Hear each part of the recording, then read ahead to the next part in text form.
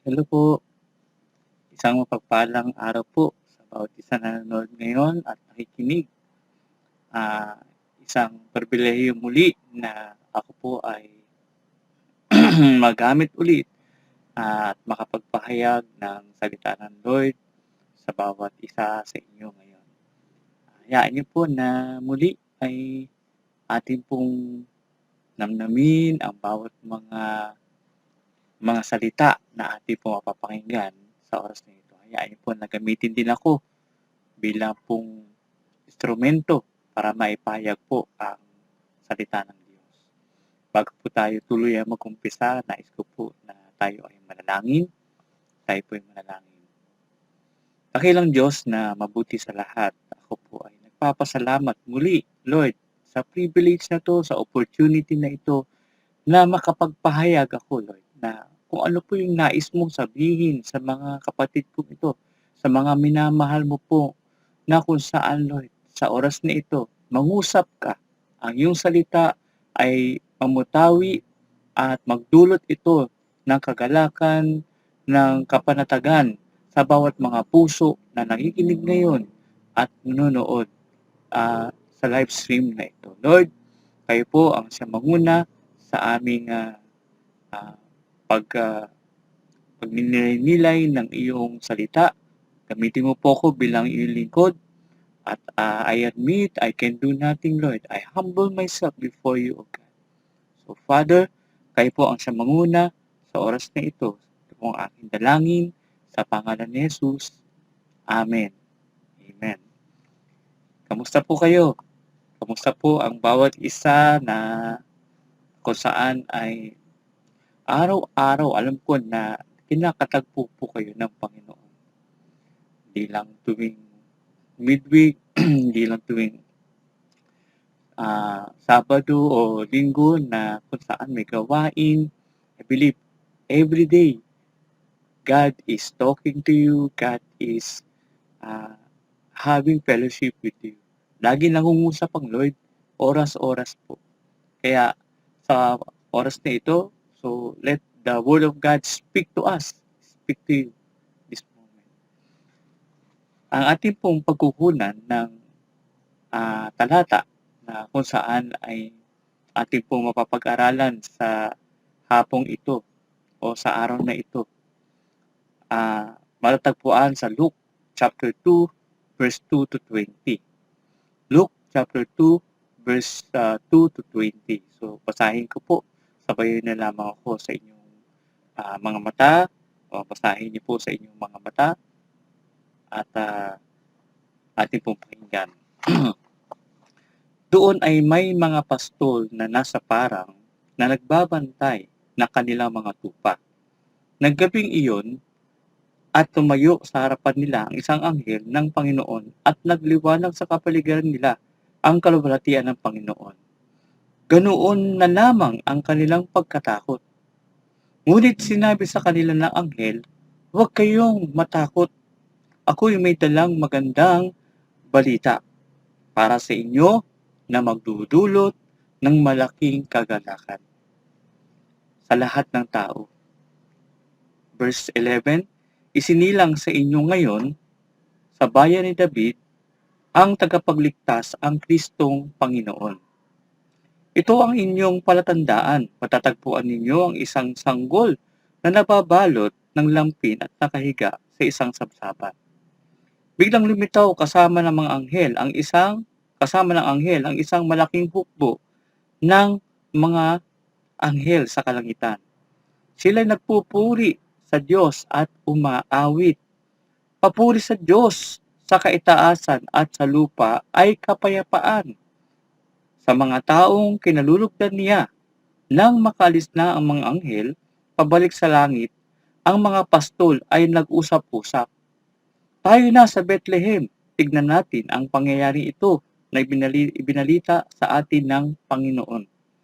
Nagmamadali silang pumunta roon at natagpuan nila sina Maria, Jose at naroon ng sanggol na nakahiga sa sabsaban. Nang makita ng mga pastol ang sanggol, Isilaysay nila ang sinabi ng anghel tungkol dito. Namangha ang lahat ng nakarinig sa sinabi ng mga pastol. Tinandaan ni Maria ang mga bagay na ito at ito'y kanyang pinagbulay-bulayan. Umalis ang mga pastol at nagpupuri sa Diyos at nagpapahayag ng kanyang kadakilaan dahil sa lahat ng narinig nila at nakita ayon sa sinabi sa kanila ng anghel. Purihin ang Panginoon dahil sa kanyang salita. Gusto ko pong bigyan ito ng pamagat at ang pamagat ay maximum level. Maximum level. Sa tingin mo, anong level ang nararanasan mo ngayon sa yugto ng iyong pananampalataya? Ang antas ng iyong kagalakan. Is it, sa tingin mo ba, narating mo na kaya ang maximum level na tinatawag? Colossians chapter 2 verse 10. Kaya't nalubos ang inyong buhay sa pamamagitan ng inyong pakikipag-isa sa Kanya, na siyang nakakasakop sa lahat ng kapangyarihan at pamamahala. Sabi po, kaya't nalubos ang inyong buhay. At doon po sa John chapter 10, verse 10b, ang sabi po doon ay, naparito ako upang ang mga tupa ay magkaroon ng buhay na masagana, buhay na masaganang lubos. So yung word na lubos, maaaring i-consider natin ito yung maximum level.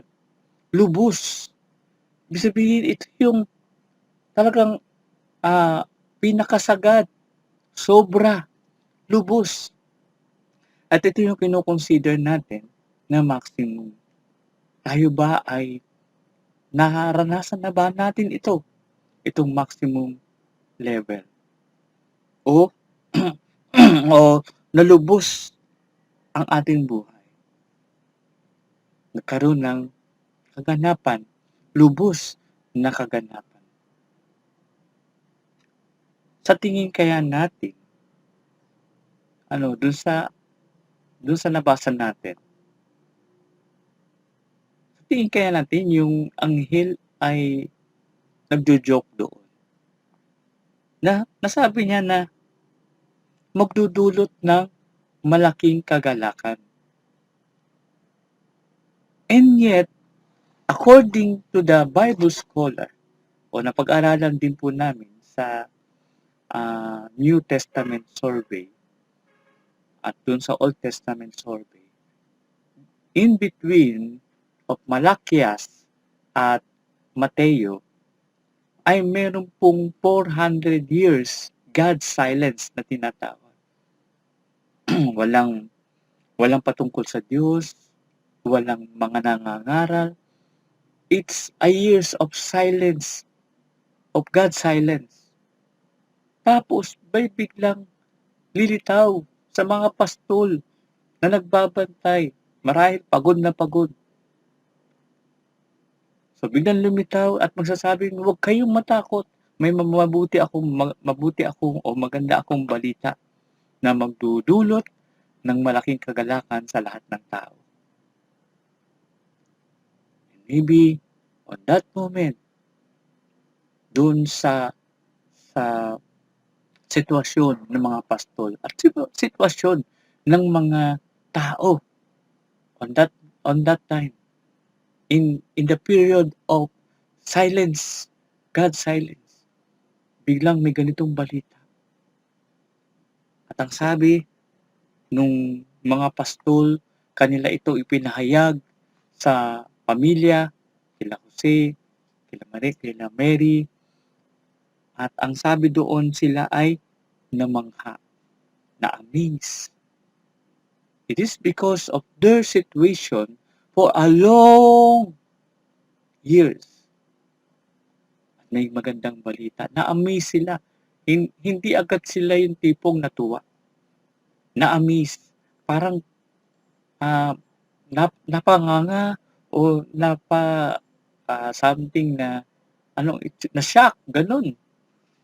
But amazing because of God spoke to this shepherd at napakagandang balita. Lalo't higit doon sa sinabi nilang magdudulot ng malaking kagalakan. I remember my last message o share po sa inyo about how we turn our mourning into joy. Diba? There are 3 R that we need to use that we can turn our joy or our mourning into joy. Number 1 is, of course, when you are distressed, discouraged, diba? Yung first R we need to request. And that is prayer. Prayer of, not a kind of prayer na parang, kasi minsan mag-pray lang tayo pag may kailangan lang. Pag mag-request nga, hanggang request lang, pero let us pray and acknowledge the power of God that He can do things, even impossible things. Because He's our God, the Almighty God. Whatever we request, diba? Mateo chapter 5, Mateo chapter 7, no? Kumato ka at ikaw ay pagbubuksan. Humanap, makakatagpo. No? So, ask and of course, makakatugon ang ating Panginoon sa ating request. And number 2, diba? We need to respond. Respond to the Word of God that sinasabi niya, hey, don't worry. I can manage. If He is our manager, if He is the control of our life, therefore, there's nothing to be worried. And that is our response. Positive response. And number 3 is when we know already that God is Almighty, when we are nandun tayo sa matatag na kinatatayuan, therefore, we need to relax. And the last R, number 3R, we need to relax. Hanggang sa dapat maintindihan natin sa oras na ito, ano ba yung maximum level na tinutukoy ng salita ng Lord? Yung lubos. Andito na ba tayo sa level na ito o baka naman nandito ka na, hindi mo pa alam. Kasi hindi mo ini-enjoy o nai-enjoy.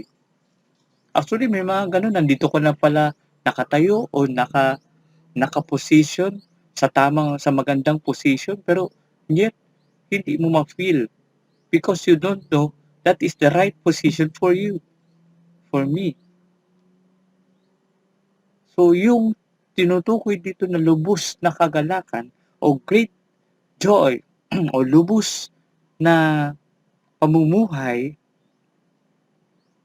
yun yung maximum level na gustong iparanas ng Lord sa atin. Hindi lang palaging minimum, kundi the Lord wants to maximize His power to you and for me, maximize His love for you. Maranasan natin yung maximum level.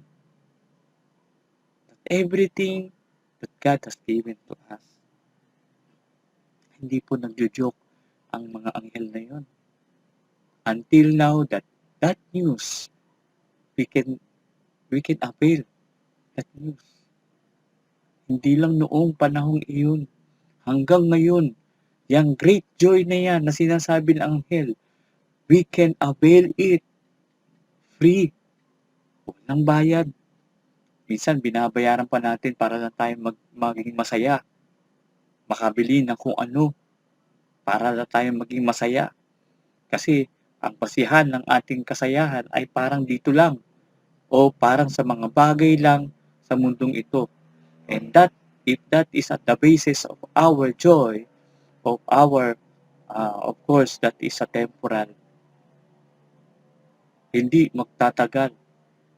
But the joy that the angel, sinasabi ng angel, yung great joy na hindi matatagpuan sa mundong ito, kundi lamang sa ating Panginoong Jesus.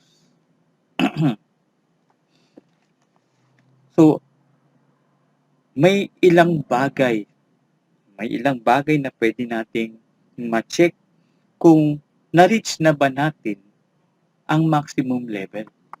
Yan. So, please, samahan niyo po ako. Tapusin po natin itong word na ito. Ano ho? At kung ano man ang ginagawa mo, I pray to the Lord, ito ay ma-penetrate hanggang sa iyong puso at maisagawa na maintindihan natin, hey, we are on the maximum level. Hindi lang sa minimum level. Kasi minsan, kontento na tayo dito. Wow, kontento dun. Kasi the Lord wants more for you. Gusto ng Diyos na ma-maximize niya ang mga bagay na maranasan mo mula sa ating Panginoon. Are you ready? So, mga 4 lang po ito. No? So, number one po ay 100 receive the complete, rich, and satisfying life. Mache-check mo ang iyong level na nare-reach ngayon, maximum level ba ng iyong kagalakan, ng iyong pananampalataya, ay 100% mo na bang na-receive yung complete, rich, and satisfying life. Yung complete, yun yung kaganapan na tinutukoy na sa Colossians chapter 2 verse 10 na ating binasa kanina, na kaya't nalubos ang inyong buhay sa pamamagitan ng inyong pakikipag-isa sa Kanya. So, many people shouting to themselves, I want complete. May mga hindi nga kompleto. Ako, kulang ang buhok. Pero, nakokompleto lamang tayo dahil sa Panginoon, sa ating Panginoong Jesus. Even sa ating literal na buhay, we are lack of things, but God, if Jesus is in us, we are complete. Kasi, sabi niya, lubos ang inyong buhay sa pamamagitan ng pagkipag-isa sa ating Panginoong Jesus. Remember, kung tayo ay nakikipag-isa, remember this word, kung tayo ay nakikipag-isa sa ating Panginoong Jesus. Nakakalungkot, may pagkakataon, nagiging bisita lang natin si Lord.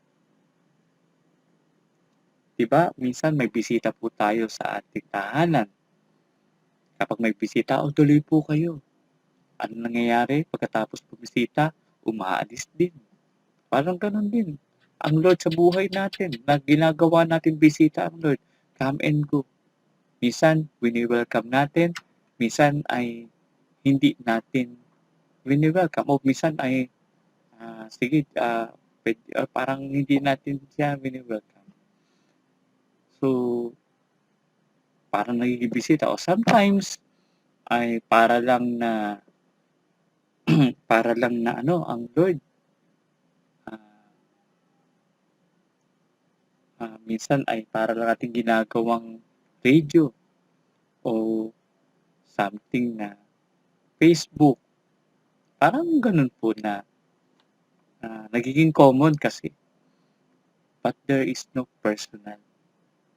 The Lord wants yung pakikiisa talaga. It is personal, mga kapatid, mga minamahal ng Panginoon. personal.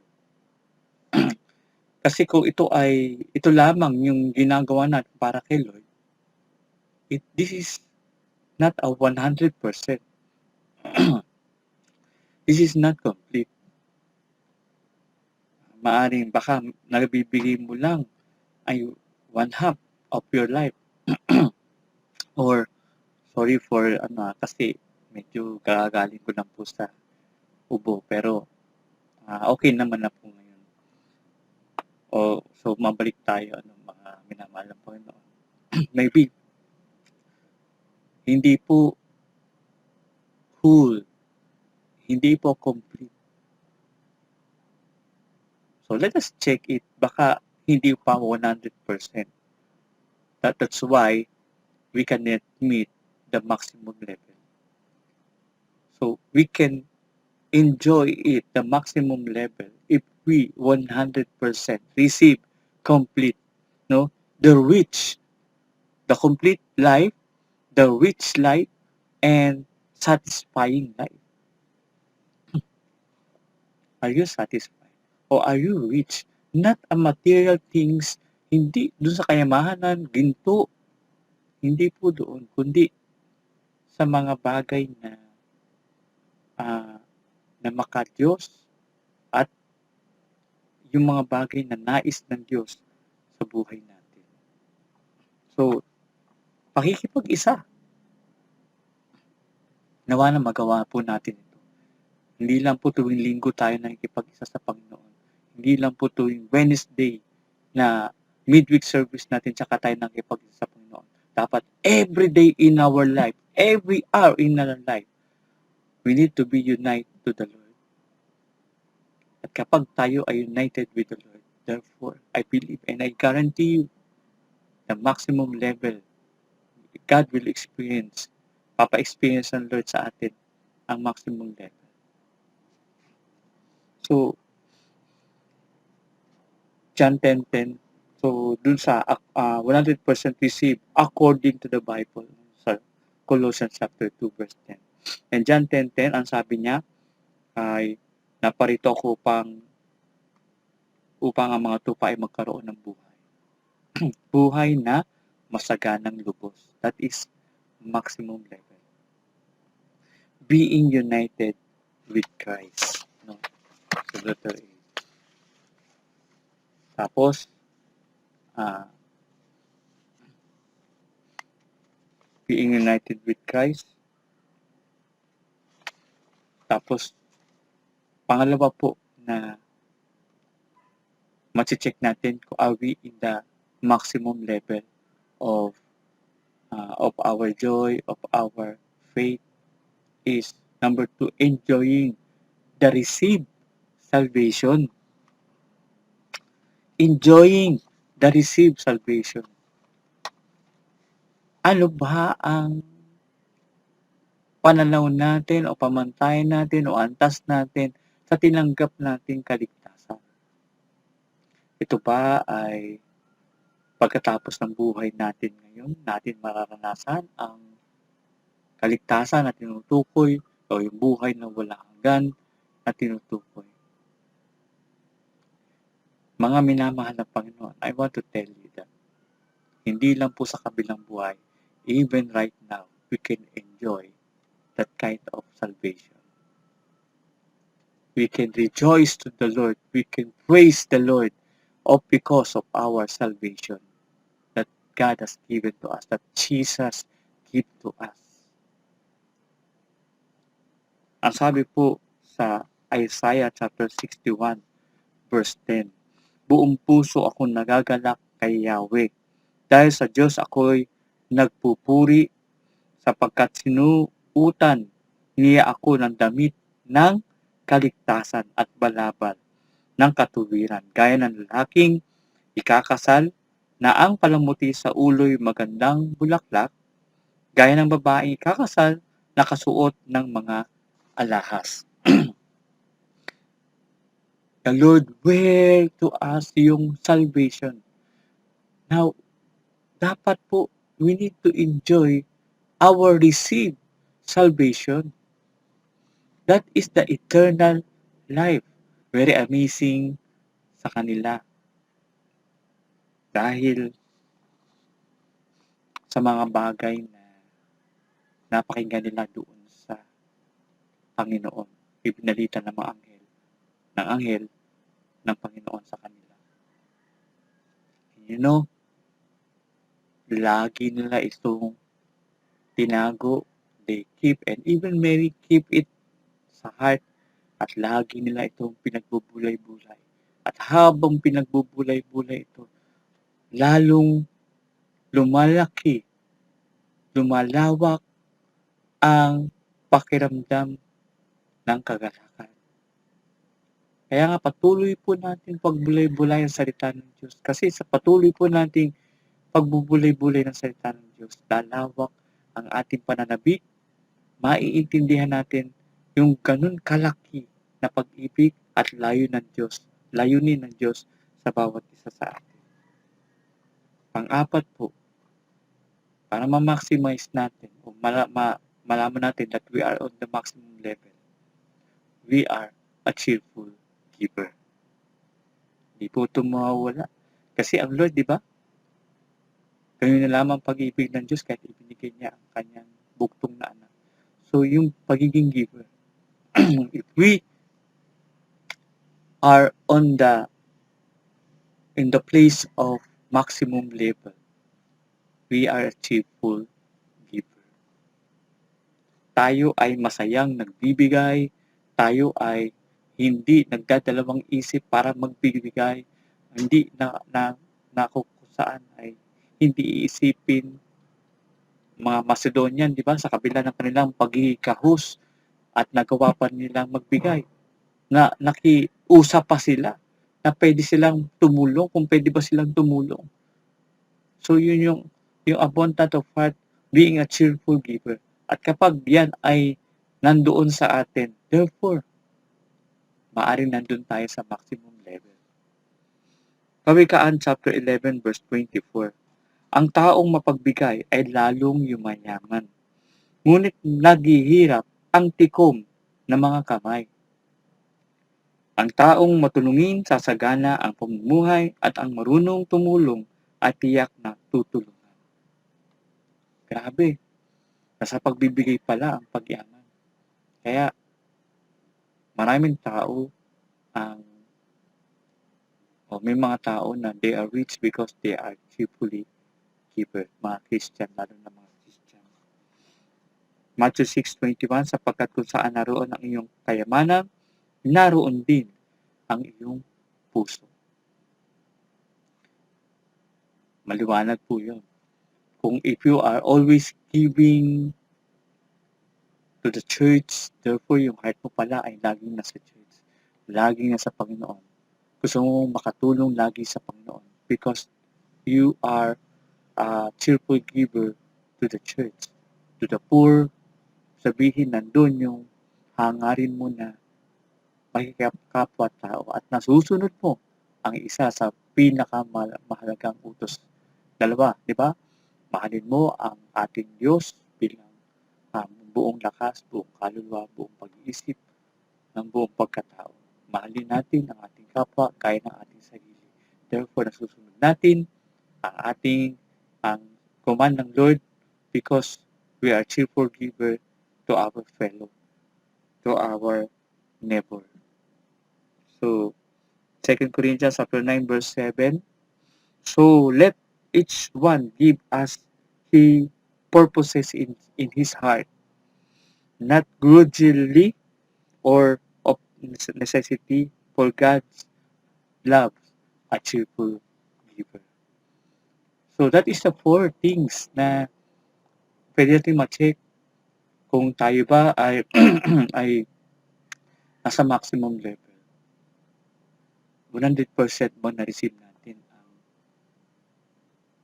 ang yung pagiging complete, kaganapan, yung pagiging mayaman sa biyaya ng Panginoon at kontento. Kasi 'di ba, Jesus is more than enough for us.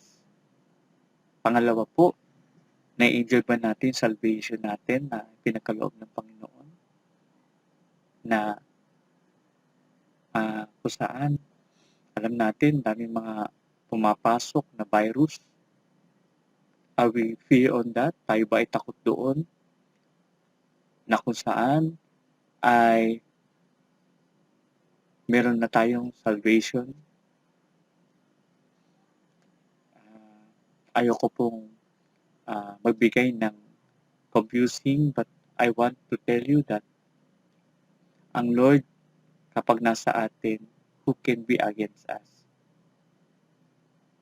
Siya po, katulad nga po din na nasabi nga ni Pastor Bal, God will care for us.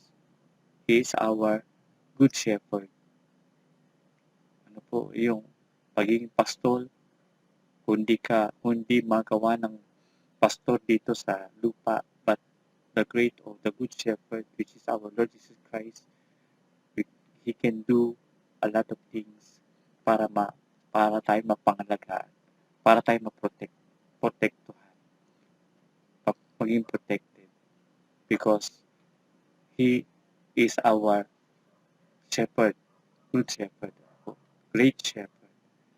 At alam natin, we are safe kapag nandoon tayo sa kanyang piling, sa kanyang presensya. Pangatlo po ay dapat activated ang Word of God sa atin. Hindi po we are based on the situation sa mundong ito nangyayari sa ating buhay. Dapat ito ay confirm sa salita ng Diyos.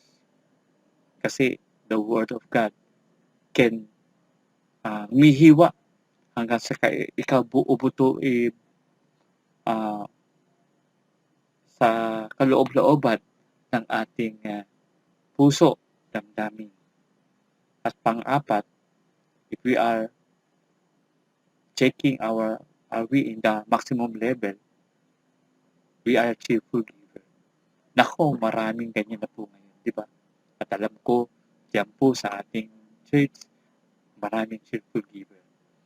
At because of that, ma-reach natin yung trono ng biyaya ng Panginoon.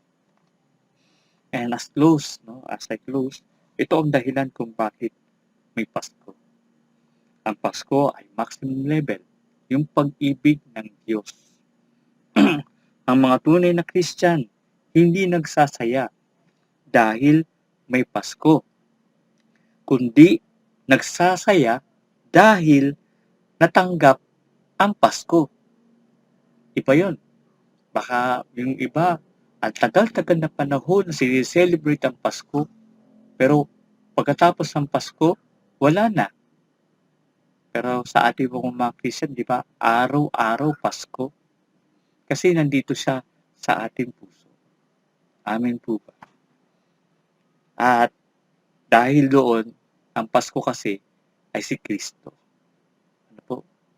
Si Kristo ang Pasko. Kapag ito ay iyong naunawaan at tinanggap, asahan, mararanasan ang maximum level.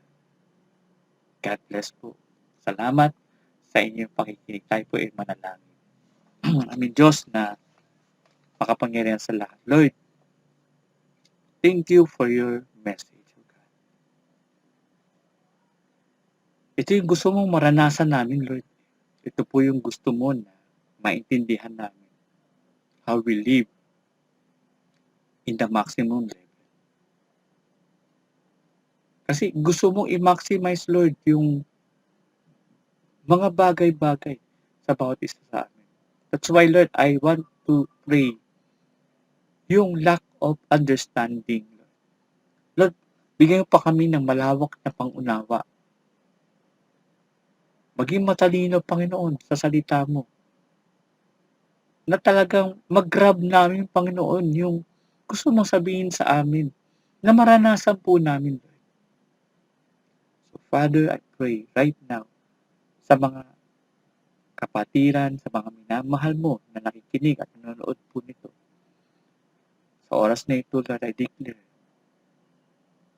the maximum level will experience, O Lord.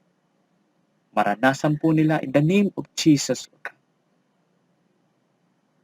100% na ma-receive, Panginoon, yung mula sa iyong salita. Lahat ng promise, O God, na sinasabi mo sa iyong salita. Pagpalain mo po ang mga kapatid kong ito, ang mga minamahal mong ito, Panginoon. Ang kanilang buhay, ang kanilang negosyo, Panginoon, ang kanilang trabaho, Lord. At sa mga pamilya, Lord, right now, O God, continue na maging sentro ka sa bawat pamilya ng church na ito, Panginoon. Na ikaw, O Diyos, ang bawak sa bawat buhay nila, O God. Bawat buhay namin. Once again, Lord, thank you for your word. Thank you for the maximum level na you want to experience na gusto mong ipa-experience sa amin. Salamat, Lord. Ito po ang aming dalangin sa pangalan ni Jesus. Amen. Amen. Salamat po. At next year ay muli ay magsasama-sama po tayo ulit. God bless po. God bless.